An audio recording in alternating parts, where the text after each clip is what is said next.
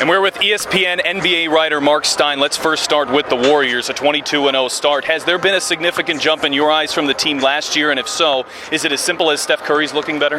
No, it's more than that. They got so many things working for them, but the biggest thing is confidence. They have as much swagger and self-belief as any team I've seen since the 96, 97, 98 Bulls.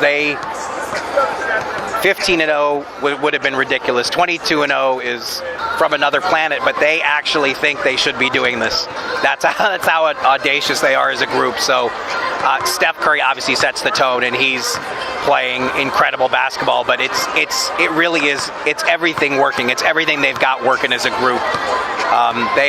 They know exactly who they are. I don't know how many NBA teams can say that.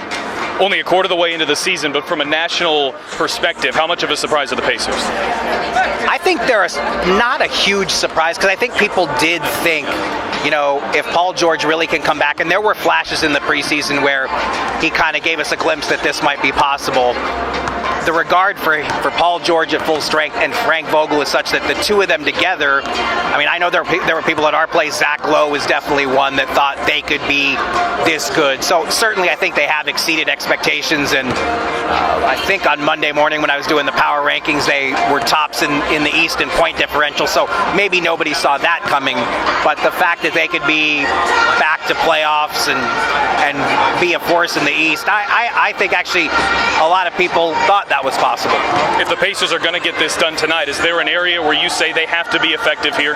Well, certainly it starts with George. He's got to step up.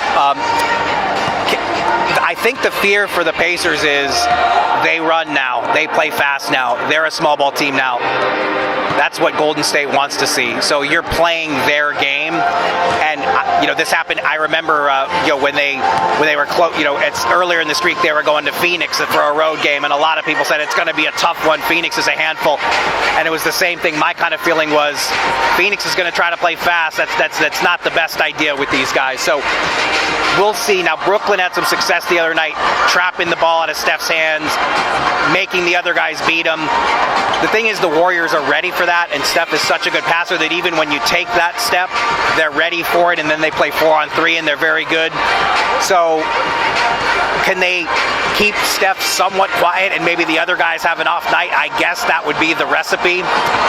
But they're going to make Paul George work too. He's going to have his hands full at the other end. So much discussion about Steph Curry, and deservedly so. Paul George is getting some as well. Is it possible though that those two kind of cancel each other out tonight, and it's maybe 2, 3, and 4 down the list on who really makes a difference?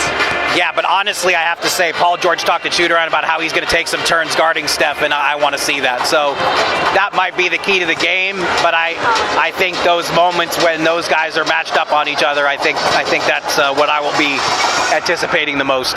ESPN NBA reporter Marc Stein joining us. Thanks so much. You got it.